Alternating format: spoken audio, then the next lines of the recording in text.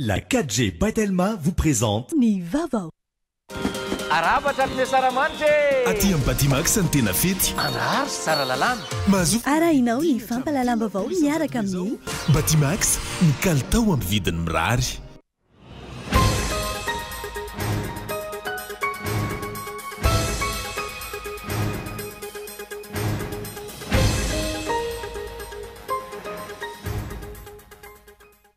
Fitsikerana ny mpitondra teo alohany sy ny mpanohitra ary dokadokatena rano fotsiny ny kabariny filoham-pirenena nandritra ny fankalazana ny verenan'ny fahaleovantena. Mihevitra ny tenany ho tena madio mangarahara tsy misy pentina. Ny fototry ny krizy eto amin'ny firenena nefa dia ny tsy fanajany lalàna hatrany amboalohany ka hatramin'izao. Ankoatra ny tsy fananany politika mpampandrosoana mazava ho an'i Madagasikara no izy kandida mpisolo-toerana tamin'ny taona 2024. Matoan-dahatsoratra Andry Jarson.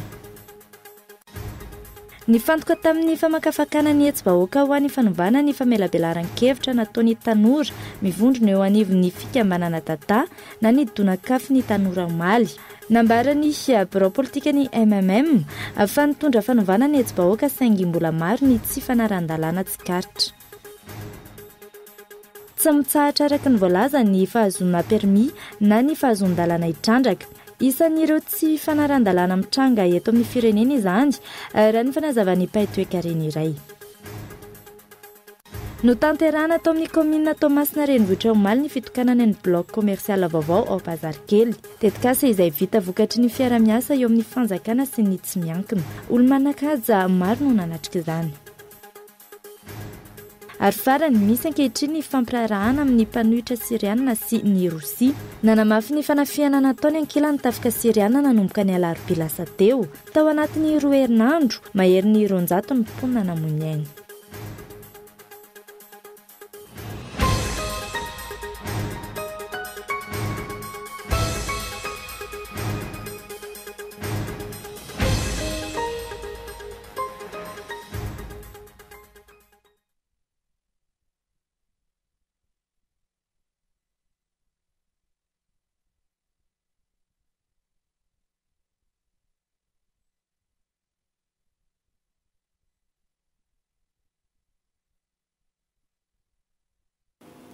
Faly miarabantsika rehetra tonga so indray eto amin'ny fampalalam-baovao ny Kolo TV amin'izao ariva izao ary manasana ihany koa naraka izany hatramin'ny farany.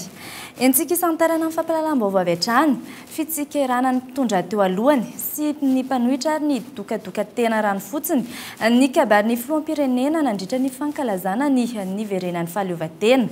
Mihevitra ny tenany ho tena madio mangarahara sy tsy misy pentina ary izy irery no olona afaka hitondra vahaolana ho an'ny firenena sy ny vahoaka malagasy. Ny fototry ny krizy eto amin'ny firenena nefa dia ny tsy fanajany lalàna hatrany hatrany amboalohany ka hatramin'izao. Ankoatra ny tsy fananany politika mpampandrosoana mazava ho an'i Madagasikara no izy kandida mpisolo-toerana tamin'ny taona 2024. Ny andindin'izay no arainao atao anatin'ny matoan-dahatsoratra Andry Jarson. Mbola tsy mifarana ny fitakiana ary manamafy ny tsy faneken'ireo minisitra avy amin'ny antoko ASVM ireo sendika ankoatra ny fitakiana fototra sendikaly. Tsy manaiky ny fandraisan'ny orinasa tsy miankina ametisy ny etra tokony hiditra amin'ny kitapo-mbola mpanjakana ny sendika ampiasa ny fahadiseranana sy ny etra. Manambana anao fitokonana Vaovao mandritry ny 2 andro amin'ny alakamisy zoma ho avy izao ny firaisankina sendikaly malagasy. Nanolotra amin'ny parlementaire ny politika ankapobeny fanjakana ny gouvernemanta Tsay Christian. Lahara-pahamehana amin'ny asany ny fikarakarana fifidianana mialohan'ny fotoana. Ny farana ny fivoriana ara-potoana voalohan'ny parlementaire rotota tamin'ity taona ity. Tsy nisy fantatry ny vahoaka malagasy izay tena asa natao sy vita tao amin'ny parlementa rotonta. Ny tena niteraka adevitra aza dia ny ezahana nandaniana ny fanitsiana ny teti-bola-pandaniana taona 2024 tao aorian'ny fitsanganana gouvernemanta mbola mahaberesaka ny nandrafetana azy. Mbola be marenina sy mifehivava ny mpitsara misy Sivimenada mandravitra ilay nambara ho fitsarana avy momba ny lalam-panondrenana hiaro sy hampiatra ny lalam-panondrenana eto amin'ny firenena manoloana ny fitoriana sy fitakim-panazavana zavotany tonga tao aminy. Ao anatin'izany rehetra izany no namoaka andatom-pifidianana ny gouvernemanta. Fifidianana izay nambara ho alohan'ny fotoana na dia 17 andro monja mialohan'ny datim-pifidianana napetraky ny mpitondra SVM aza. Raha tsaroantsika tsara, ny ministrina rahambahiny teo aloha Rabarinjaka Henri nilaza izany tamin'ny fahitalavitra frantsay. Dia mipetraka amin'ny fanontaniana, tena fifidianana andraisan'ny rehetra anjara, madio mangarahara, ekeny rehetra, ka tsy teraka krizy aorian'ny fifidianana aveo fifidianana karakarain'ny gouvernemanta, maro pitsikera amin'ny fomba nandravetana azy, tsy mbola anjaka amin'ny mpitondra SVM ity. Azo ekena, hitsara ara-drarin'ny saradalàna fifidianana io ve, la fitsarana avy momba lalam-pandrenana tsikaritra fa matahotra mpitondra io, dia tsika hita azy. Fa nifantoka tamin'ny famakafakana ny hetsi-bahoaka ho an'ny fanovana, ny famelabelan-kevitra nataon'ny tanora mivondrona eo anivon'ny fikambanana data na ny donakafy ny tanora omaly. Fanontaniana napetraka ny hoe hetsi-bahoaka ho an'ny fanovana hitondra fanantenana sanofy. Nambarany biraon'ny politika MMM fa nitondra fanovana ny hetsi-bahoaka saingy mbola maro ny tsy fanaran-dalàna tsikaritra. Fanadidina entiny Yves Richard. Ny ompana betsaka tamin'ny fandalinana ny hetsi-bahoaka ho an'ny fanovana, tetsy amikanja ny 13 Mey ny famelabelan-kevitra isaky ny 2 volana, fa noho ny tanora nanaraka ny fiofanana eo LTP tetsy amin'ny gara Soarano Maly. Loha hevitra ny voaboasany mpandray anjarany hoe hetsi-bahoaka ho an'ny fanovana hitondra fanantenana sanofy. Nambarany teo anivon'ny birao politika MMM, isan'ny mpandray anjara feno nandritra ny hetsi-bahoaka fa hitondra fanantenana sy fanovana ny hetsika raha toka mandray lesona ny rehetra ka hanana ny finiavana mpiatra ny lalàna sy ny etaetam-bahoaka. Zava-dehibe dia ny hoe tsy maintsy maka lesona kosa itsika malagasy amin'izay tolona miseho eto amin'ny firenena. Ny zahatra anankiray faharoa ny marian'ny malagasy miara-miainga atao arak'ile nolazaina dia hoe inona moa zany no zavatra ho atao mba tsy hiverimberena ny zavatra ohatran'izao. Dia ny malagasy miara-miainga arak'ile lazaiko tery am-boalohany hoe manome torolalana, manome aina. Dia ny malagasy miara-miainga zany ny eritreretiny hoe tsy maintsy apetraka eto amin'ny firenena mba tsy hiverimberena ny krizy maro be ohatran'izao dia ny fanarahana ny lalàna. Tokony arahany atsakany sy andavana ny lalàna dia tsy misy ny olana. Araka ny fanazavana trany, nafanana ny endrin'ny praiminisitra ny marimaritra iraisana ny hetsi-bahoaka ho an'ny fanovana, nafana nitondra fanovana teo amin'ireo mpikamba ny gouvernemanta ihany koa, saingy mbola maro ny tsy fanarahan-dalàna tsikaritra, isan'izany ny isan'ny ministra tokony ho azy ny MMM. Resaka famaranana an'ilay tolona teo amin'ny 13 Mey dia mbola miatra foana amin'ilay lalàna izay mahazatra antsika hoe zarazarao anjakana. Raha tena piarina ny lalàna dia tsy ray ny ministra ny malagasy miara-miainga eo anatin'io gouvernemanta io, satria izay ny voalaza ny lalàna hoe arakarak'le fahalanina tamin'ny législative 2013 iny zany tokony ho isan'ny ministra. Arak'izany, nanova amin'ny ampahany ireo fomba fanao mamoetra manaratsilaza ny politika eto Madagasikara ny hetsi-bahoaka, saingy mbola mitontolona amin'ny fampanarahan-dalàna hoy ny MMM. Isan'izany ny fangataham-panazavana natao teny anivo ny ACC mba tsy ho fitaovana politika hatrany ny hetsi-bahoaka eto Madagasikara. Eo amin'izay lafiny politika izay hatrany, efatry ny ela ny Armadano nitaky ny anaovana fifidianana melohan'ny fotoana, manoloana ny fanitsakitsahany filoha Rajaonarmapianina ny lalam-pandrenana sy tsy hafahombiazana eo amin'ny fitantanana ny raram-pirenena. Milaza nefa ny vonina ary vonina amin'izany fiatrehana fifidianana izany ireo antoko mivondrona ao amin'ny Armada. Ary avy hatrany ary mifanadihadiana entiny Andry Rarson. Manoloana ny datim-pifidianana navoaka ny gouvernemanta Tsay Christian, dia nanambary ireo mpitarika ny toko mivondrona amin'ny Armada azo tamin'ny antso tamin'ity androany ity, fa efa vonina atry ny ela hiatrika fifidianana izy ireo, ary efa ela ihany koa ny nitaky ny anatanterahana fifidianana mialohan'ny fotoana. Arak'izao anaranao azy izao. Voalohany indrindra aloha dia vonina amin'ny fifidianana ny Armada, ary efa milaza an'izany hatramin'izay ary ny antony tolona natao hatramin'izao dia mba andehanantsika any amin'ny fifidianana, mba hisafidianana ny vahoaka malagasy dia hitondra hitany fa mety hitondra ny tsaratsara koa amin'ny 5 taona manaraka. Zany fifidianana zany dia hitantsika zany zao fa atao amin'ny mois de novembre ty ary ny 2e tour mois de décembre. zany hoe somary anticipe kely le izy a dia mety aminay a ary vonony zahay efa manana kandidanay zahay a satria ao anatin'ny armada dia misy antoko fantatsika misy antoko politika anakenina dia ny mapara ny MMM ny maitso a ny iavana iarakisika ry araika ny anterana zany a dia mba hisiny ny fifidianana mangarahara mba hisiny ny fifidianana ekeny rehetra ary mba hiova amin'izay ny firenena fa tsy ampiasa tsony zany a ny kasikasy politika sy ny fanotikodenana tafidim-bahoaka fa mba fifidianana mety tsara mba ho an'ny daobe zany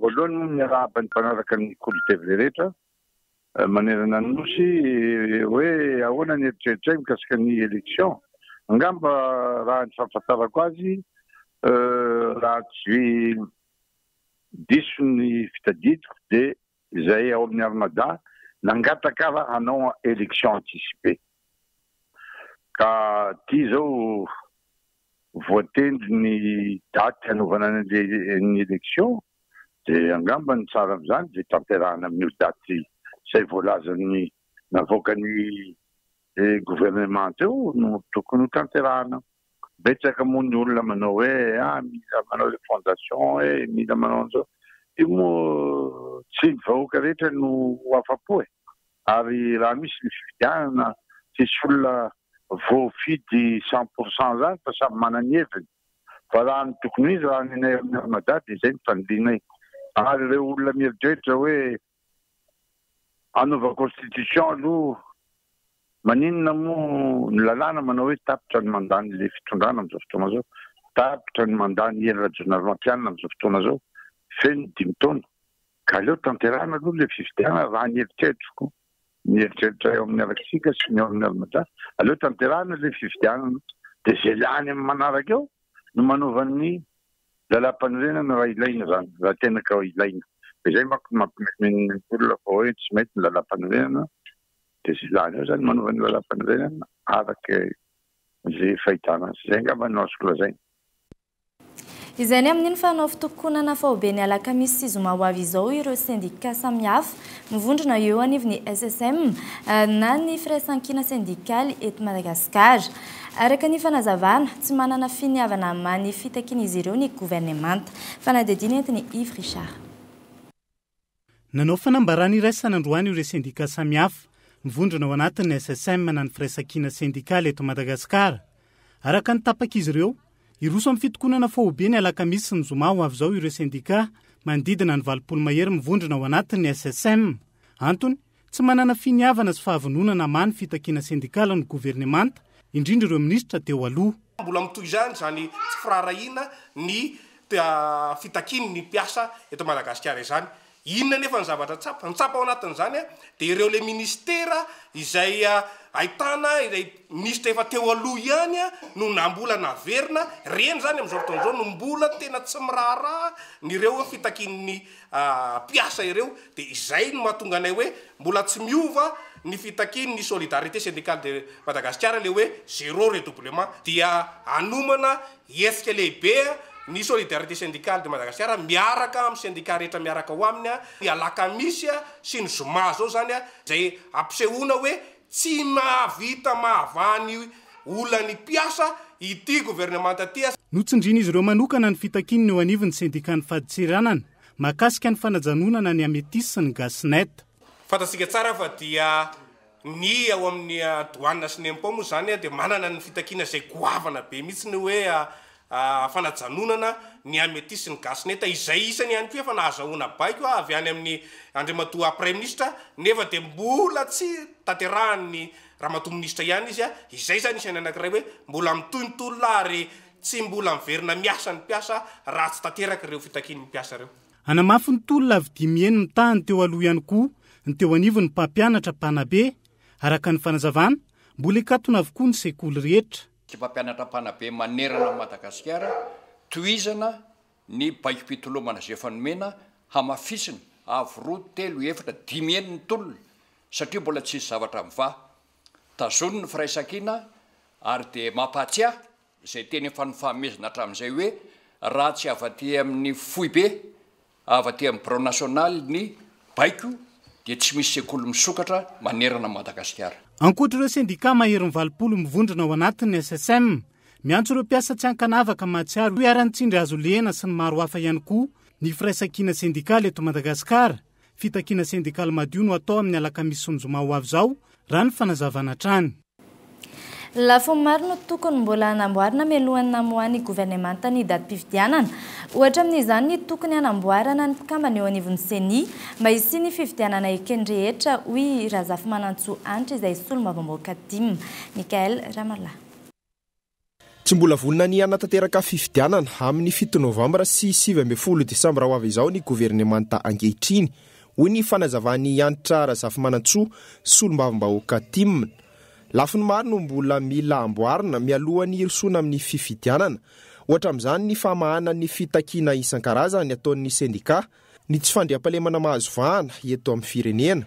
Tokony atao ny fanovana ny mpikambana eo anivon'ny CENI sy ny ratsamangaikany mba hisian'ny fahaleovantena marina eo an'ity rafitra ity izay mikarakara fifidianana ity hoy hatrany ny fanazavana. Ny CENI ve indépendante marina hatramintsika amin'ny teny androany dia tsy afaka miteny mihitsy tsika fa indépendante CENI. Ny ratsamangaika ny CENI tsy manaraka ny zavatra tadiavina ho an'izay fifidianana madio izany. Dikan'izany mila fanovana ny CENI, mila fanovana ny ratsamangaika CENI fa indrindrandrindra ny liste électorale izay ahitana an'le 786 000 électeurs fictifs. Io anananay proof tanteraka io dia ny dikan'izany ny candidat patsakana na zay miaraka fijakana ao zany dia efa anana sahady tombony 786 000 électeurs melohan'ny rehetra. Tsy misy fitoniana ihany koa eo amin'ny raharaham-pirenena ka antony tsy mbola tokony risona amin'izay fifidianana natao tefy maika izay. Fa ny geza be anankiray dia hoe fitoniana misy fitoniana ve tena miantoka ny sy ny fitoniana ve amin'izany 7 Novambra izany ny fanjakana anaovana izany fifidianana izany. Amin'ny androandroany fitoniana tsy misy. Zany rehetrarehetra zany ve vita ny ao anatin'izay fotoana izay.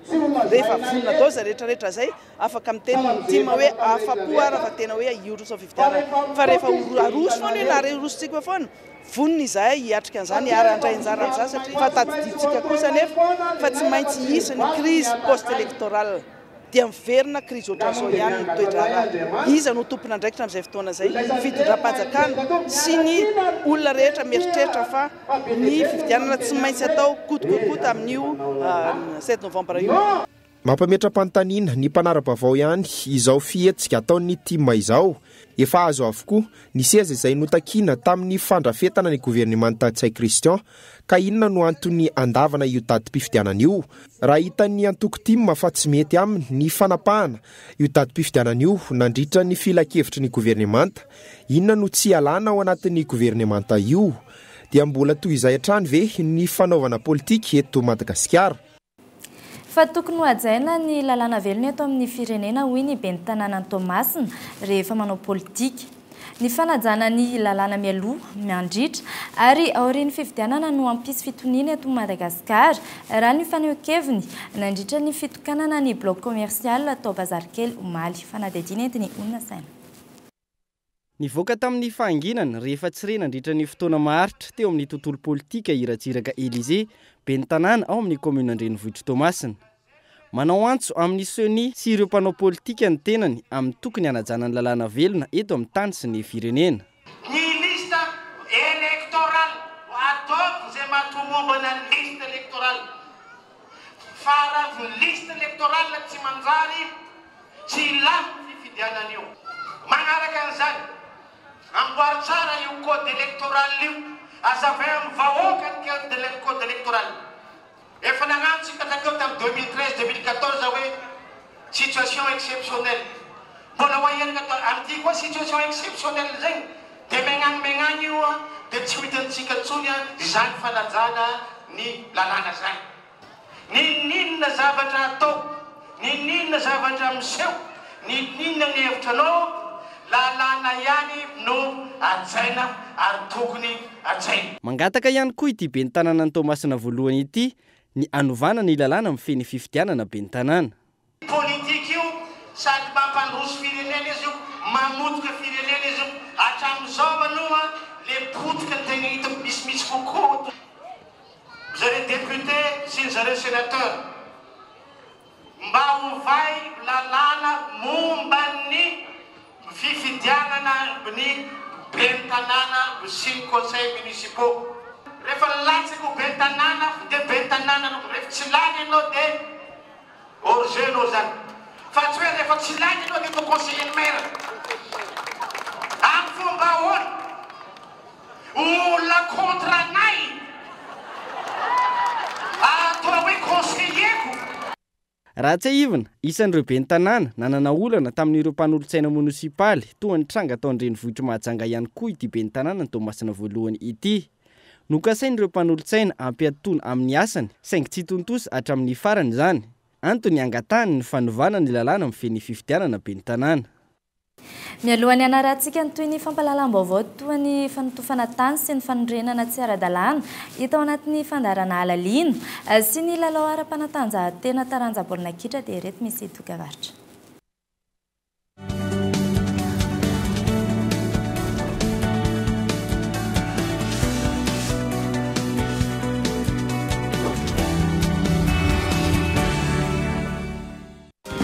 Arabatra amin'ny saramanitra aty amin'ny Batimax ny tena fety anary sara lalàna mahazo fihenam-bidy 10 hatramin'ny 10,900 be zao amin'ny karazana entana maro mandritra ny volana Juin. io anany ianareo fangaza ihany mahazo tapakila isaky ny mahafeny vidin'entana 10 ariary ny azo eo akitelo tombo vitany loka mety ho azo bon d'achat 10 ariary hatramin'ny 3 tapitrisa ariary dia loge eo ihany fisariana ny 30 Juin amin'ny 1,2 Batimax, ny kalitao amin'ny vidiny mirary. Retrouvez les tendances déco du moment chez Géant du Meuble avec ses nouveaux salons design, classiques, modernes, avant-gardistes ou épurés. Et ses salles à manger, tendance et stylés. Et des accessoires de tous les styles pour agrémenter votre mobilier. Découvrez de nombreuses idées innovantes dans notre showroom. Apportez une touche de fraîcheur dans votre intérieur. Géant du Meuble, bien moins cher, bien chez soi. Grande promotion jusqu'au 30 juin 2018. La pureté de l'air, la fraîcheur de l'eau, la richesse de cette terre et l'amour du travail bien fait. Certifié en sécurité alimentaire, Socolet s'engage à vous offrir les meilleurs produits laitiers en goût et en qualité nutritive, conformément aux normes internationales.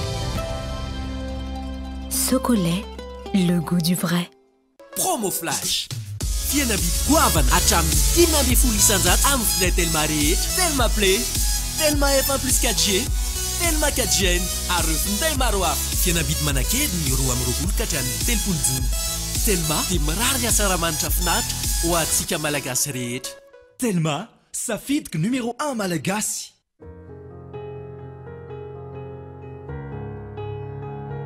Great moments are born from great opportunities.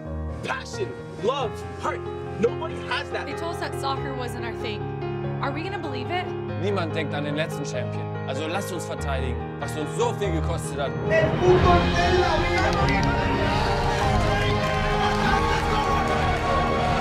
Savourez le moment.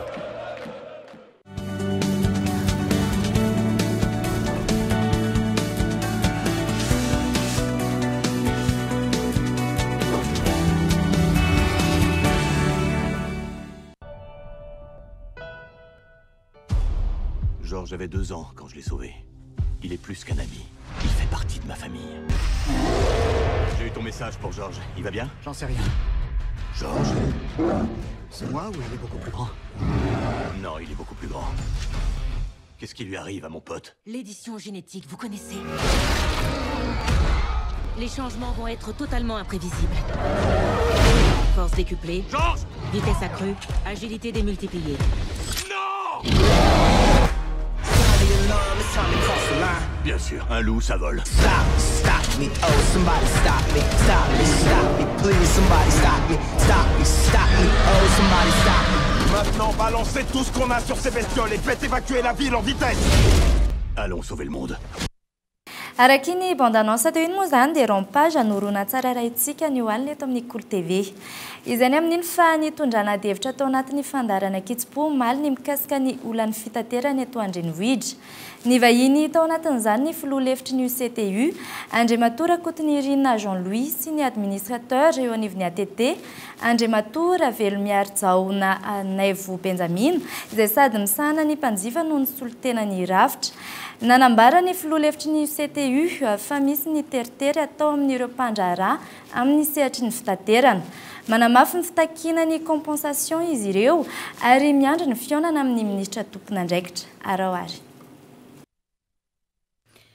Tsindry maro no miatra amin'ny mpandraharaha mpitatitra raha ny fanazavany ny filoha lefitry ny CTU na ny firaisan'ny kooperativa mpitatitra eto Andrenivohitra. Manamafy ny fitakina ny compensation na ny tombobidin'ny solika izay tsy mbola efa ihany koa izy ireo. Endriky ny faneriterena voalohany indrindra anay aty amin'ny mpitatitra zany dia raha resaka sarandalana zao tsika dia tsy misy mpandraharaha eto Madagasikara ka mpandraharaha maleo tena izy mpandraharaha maleo tena ka omena fepotona meloa ampandreny mpanjifa hoe ampiakatra ny sondrobidin'ny sarandalanay na sondrobidin'ny entanay zay amin'ny datotro zao tsy misy ary tsy misy lalàna amin'ny fean'izany amin'ireo fandraharahana rehetra fa izay transporteur rery no ametrahana an'izany fepetra zany hoe ianareo raha ampiakatra sarandalana dia tsy maintsy mampandre 10 andro meloa aloha. Akoatran'izay miresaka aminay tompon'andraiky mpanjakana reo autorité compétente zany melohany anaovanareo an'izany. Matsiaro tena izahay teo aloha teo fa hoe diso lalana raha miteny zay hoe resaka sarandalana dia hoe diso lalana ihany izahay dia ifonanay amin'ireo vahoaka zay fahatosoana lalana zay satria miteraka tebiteby ka alao hiaraka amin'ny vahoaka ary tsika tsy resaka sarandalana intsony fa hitaky kosa na ny fidinan'ny solika ny fiditsolika zany mba hafahana mitsinjo ny fiainam-bahoaka raha izay faharoa hitaky ihany koa an'ireo fampanantenana nataony ny mpitondra fanjakana taminay satria izay anie tsy mitaky nanangataka fanampiana tamin'ny fanjakana fa ny fanjakana no teny hoe omena compensation anareo na solon'ilay sondrobiditsolika mba tsy ampiakaranareo sarandalana. Zany rehetrarehetra zany anisan'ny teritery ka mahatonga anay mangataka ombieny foana ny fionana amin'ny tompon'andraikitra ambony voalohany amin'ity raha-pitaterana ity satria raha misy minisitra maro tao anatin'izay fitondrana maro zay nangatahanay minisitra angatahanay fionana dia mandray anay nanomboka na tamin'ny andro filoha ratsiraka zany zay ireo filoha rehetrarehetra ny fandimy ireo amin'izao fotoana izao dia minisitra Andriamatoa Beboary misy tsy mbola nandray anay na indray mandeha ary meo compensation anay raha izay varoa dia nio ivoditsolika io fa mambotro vahoaka. Ankilany kosa andalana fikarakarana izany raha ny fanazavana. Raha nanao ny fivoriana zany ny conseil d'administration ny ATT tamin'ny voalohan'ny taona ity dia efa tafiditra ao anatiny ny compensation jusqu'à décembre 2017 fa araky ny efa fantatry zareo moa satria averin'ny zareo foana tsisy volana raimbilanjara ao amin'ny ATT fa ny taratasy afahana mandohany volan'ny zareo mpitatitra le urbaine suburbaine manerana Madagasikara zany ny zavatra misy ao ary arahanay akaiky administrateur tsara mihitsy hoe manahoana inona ny lafitsara ny tao anatiny inona ny zavatra tokony aisy ao anatiny ary efa niresahanay satria zay ny anisany nahatonga n'le fivoriana efa niresahanay amin'ny rahalaty hoe ray volana lasa zay mikasika anisany mikasika ny compensation hoe jereo akaiky satria tsy mitsahatra mitombo le vidina solika. Dia ho anay zany eo amin'ny ATT tsy hoe ny ATT no mibloqué azy fa efa tenen'ny président Jean-Louis teo moa hoe interlocuteur eo anelanelany mpitatitra zay mandray an'io misitaka an'io fanampiana io a sy ny fanjakana le fanjakana zany ny ATT. Raha ny fanazavana mandidina ny 4,000 ireo misitraka io compensation io 700 ariary isaky ny litatra ny tombom-bidy amin'ny gazoil avy amin'ny fanjakana sy trandro tompona fiara fitateram-bahoaka kajina ho 300 litatra isan'andro isaky ny fiara no lany izany hoe 700 ariary ampitombona 300 litatra ampitombona 300 andro ny raisin'izy ireo izay manome 4,9 sy 4 ariary isam-bolana isaky ny fiara. Raha tsy hivina ny volana Jolay 17 izy ireo nefa no tsy nahazo ivolo intsony izany hoe 12 volana. Tao anatin'izay 12 volana izay 12 ampitombona 4,700 sy 4 ariary manome 4,4 sy 3 sy 5 ariary isaky ny taksi be miasa no vola tsy mbola azo. Taoriny etsika fanairana nataon'izy ireo ny alarobia teo no nisy fampanantenana anomezana 2 miliara sy 700 ariary. Ny fifehezana ny vidisoloka ny vahaolana raha nambaran'izy ireo. Raha mpitso anatin'ny fampahalalam-baovao no anarahanao ny ampahany ny fanehoan-kevitra hafa indray. Fanotanterana tao amin'ny commune Toamasina renivohitra Omaly ny fitokanana ny bloc commercial Vaovao bazary kely. Tetikasa izay vita vokatry ny fiara-miasa eo amin'ny fanjakana sy ny tsy miankina. Olo-manan-kaja maro no nanatrika izany. Arao ny fanadihadiana entiny Onona Saina. Andro lehibe ty hitokana antsika ity bloc commercial ty zay misy 105 amby kiosque. De ataontsika zany ny inauguration ka de le 3P. Araka izany, totosa teto an-drenivohitra Toamasina ny zoma 20 Jona lasa teo ny fitokanana ny bloc commercial Vaovao tao bazary kely. Tonga nanome voninahitra ny fotoana ireo manamboninahitra sivily sy miaramila eto amin'ny firenena. Manaraka ny fenitra madio ary adio ity tsena vaovao ity raha ny fanazavany ny ben'ny tanàna. Ezana mihitsy ampadio an'ity ny olona zay ivarotra ao zany a dia anisany fepetra voalohany condition voalohany ataoko amin'ny teny vazady ataoko amin'ny teny gasy activité commerciale non génératrice d'ordures ménagères. Zany hoe ny varotra ataonao ao zany a tsy tokony hiteraka loto andoto tanàna. Ary ny tanjona farany amin'ity dia mba ho lasa toerana fitsangatsanganana izy ty amin'ny arivariva zay olona tialadrivotra hitsangatsangana. Fiara-miasa tafiditra anatin'ny 3P na ny partenariat public privé no nahavitana izao fototra fitrasa izao. Diso ny filazana fa efa voazara ny tsena hoy ny ben'ny tanàna. Langa zany raha misy olona miteny hoe misy kolokolo io ary misy olona efa nahazo mba se mijoro atizika misy soniany meraka agny hoe efa nahazo anio izy fa mbola resaka fampiresahana foana ny olona manantona anahy de misy manao réservation hoe zay mba omena zay mba omena zay mba mila fa mbola tsy nisy fizarana mihitsy hatramin'izao. Fotoana ihany koa nanolorana maro-boninahitra ho androina vita be teto amin'ny commune an-drenivohitra Toamasina ny andron'ny Omaly.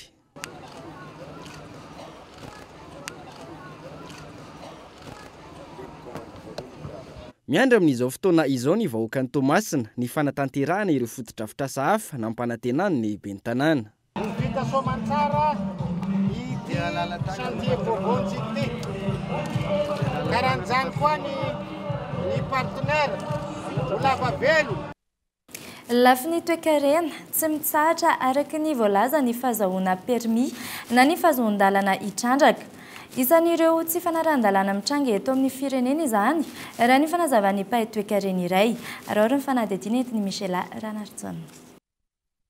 Ny taona 2024 no nitsahatra ny famoahana permis miniera ny lalàna mandinina ny 773 ireo fahazoan-dalana hitrandraka nivoakatra amin'ny taona 2024 ny antotanisa nivoaka farany mandidina ny 4,9 isanjato kosa ny volana ampidiriny sehatry ny arenan-kibony tany na ny ressources minières amin'ny araka-rena Vaovao amin'ny ankapobeny.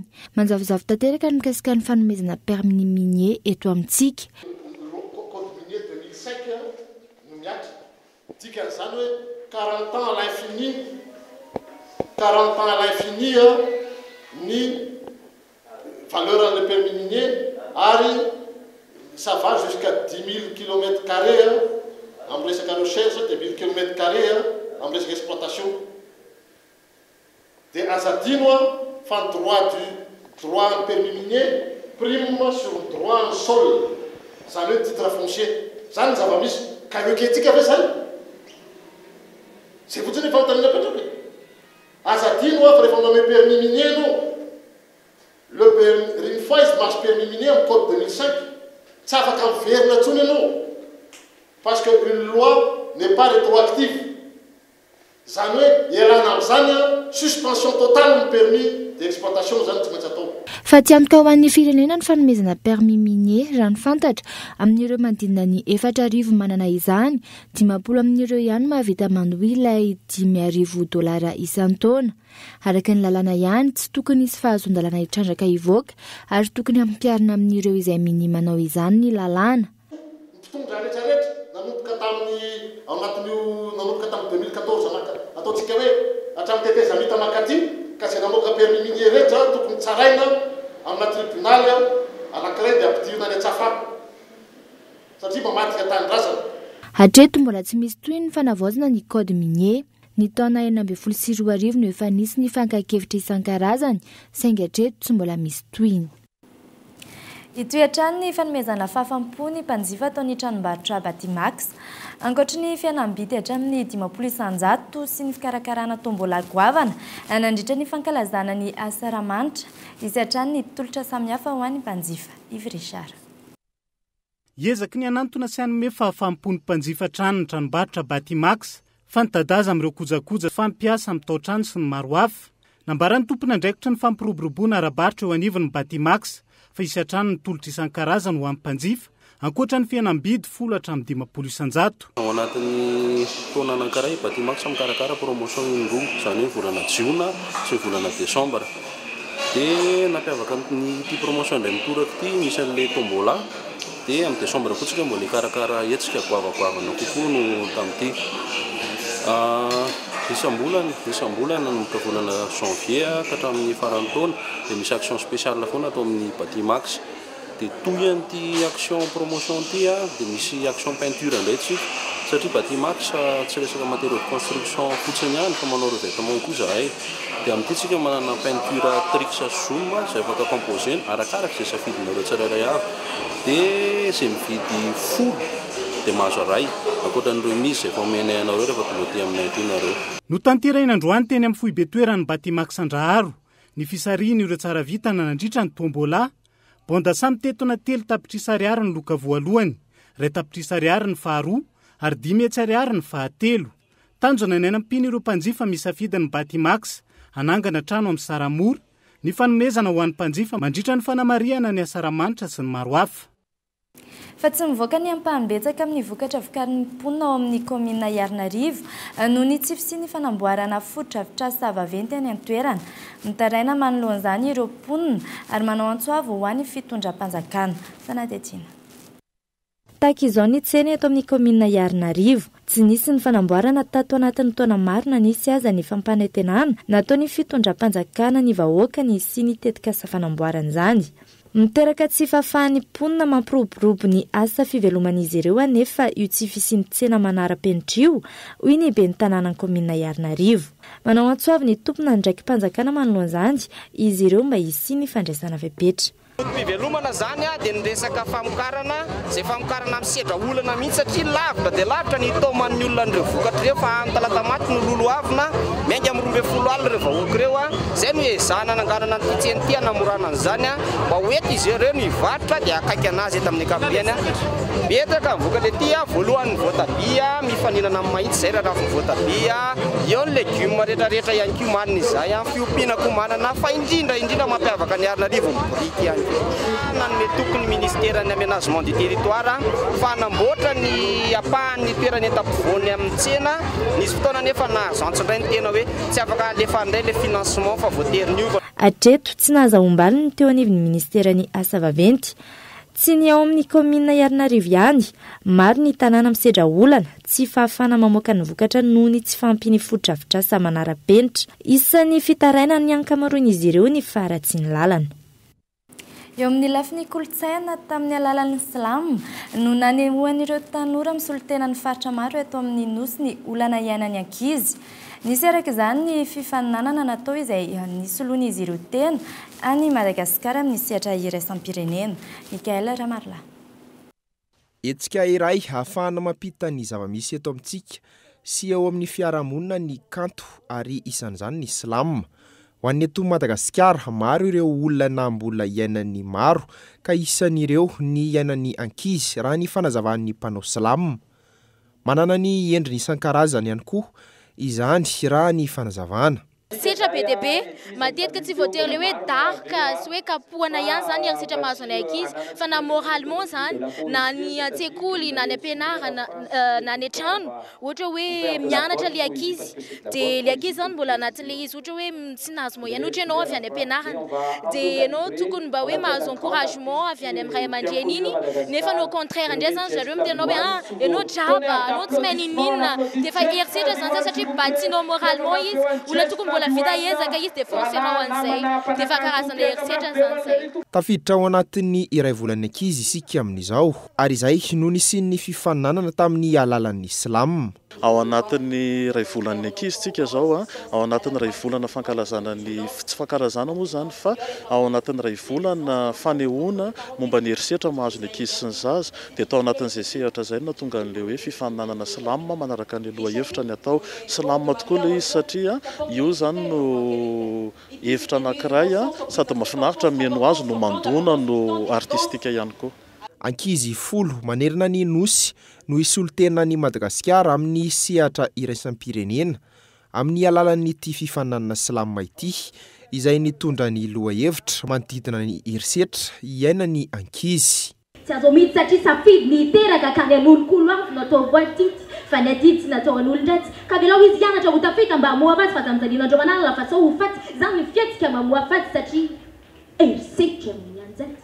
Saututy irony mavita manolana sasa tsy mba misaina intsony tandremony atao fa sao dia anenina nytody tsy misy fa natao ny verina iray mandresy mpiaramonina resiny ndraiky ndao iaray tolona omeo ny zaza ny zony mba ilamina ny tany artistony ny zaza ny jala. Faraka nambara teo dia ny fanotofana tany sy ny fanorenana tsy ara-dalàna izay ny anahazovana teto Antananarivo sy ny manodidina, ohatra amin'izany ny fiakaran-drano, ny fahateren'ny toerana ahafahana mivezivezy, ny fiotsahan'ny tany sy ny maro hafa izay indray no entina aminao anatin'ny fandarana alalindra ampitso amin'ny fitora arivo haroriny santionany amin'izany. Raikitra ny famalina eo amin'izany mpiarabelona eny anivon'ny fiarahamonina amin'izao fotoana maintany izao. Samy milaza ny tsirairay fa mandray ny andraikitra tandrefy azy avy amin'ny fanadiovana ny tanàna, saingy miverina hatrany ny olana.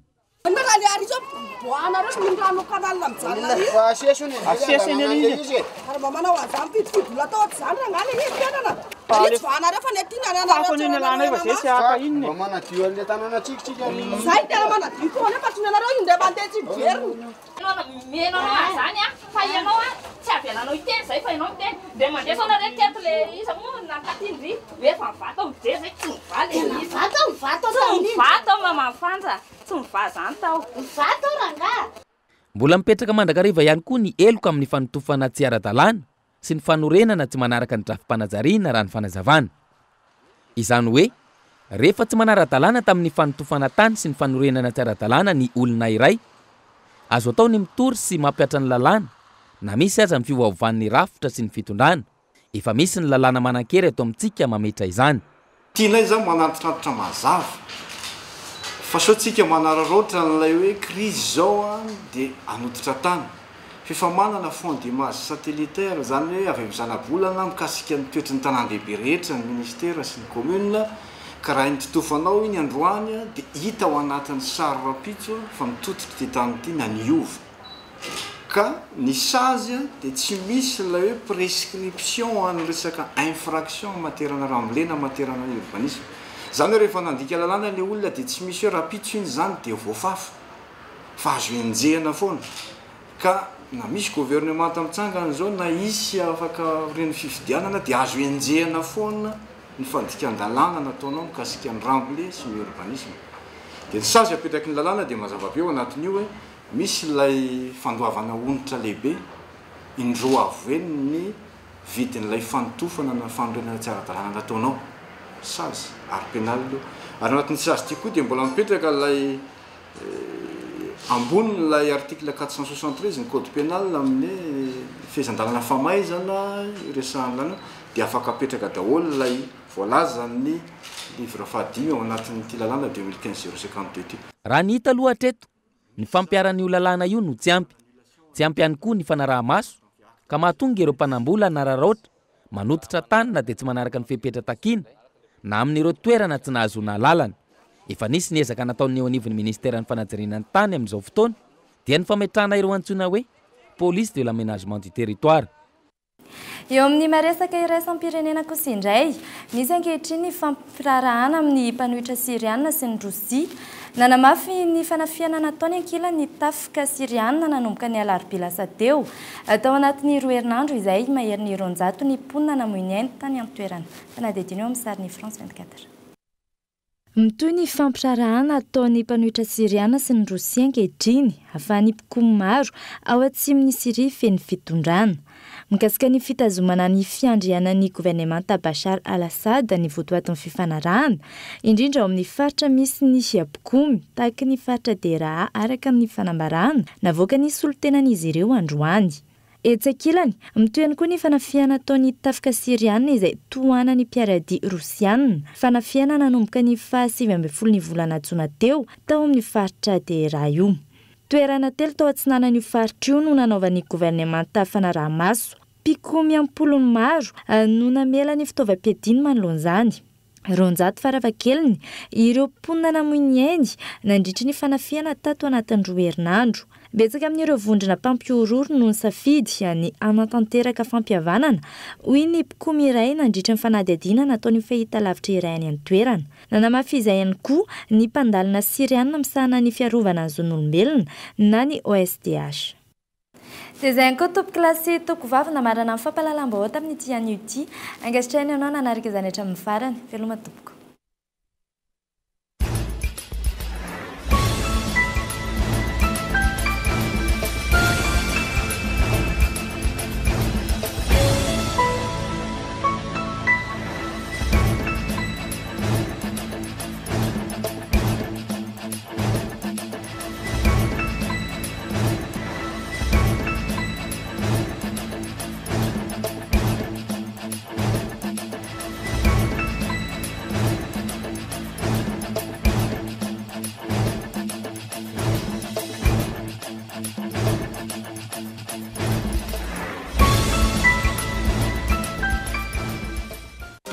Arabatra ny saramanitra aty amin'ny Batimax ny tena fety anary sara lalàna narainao teo ny fampalalamba-bao miaraka tamin'io Batimax ny kalitao amin'ny vidiny mirary. La 4G by Telma vous a présenté ni Vaovao.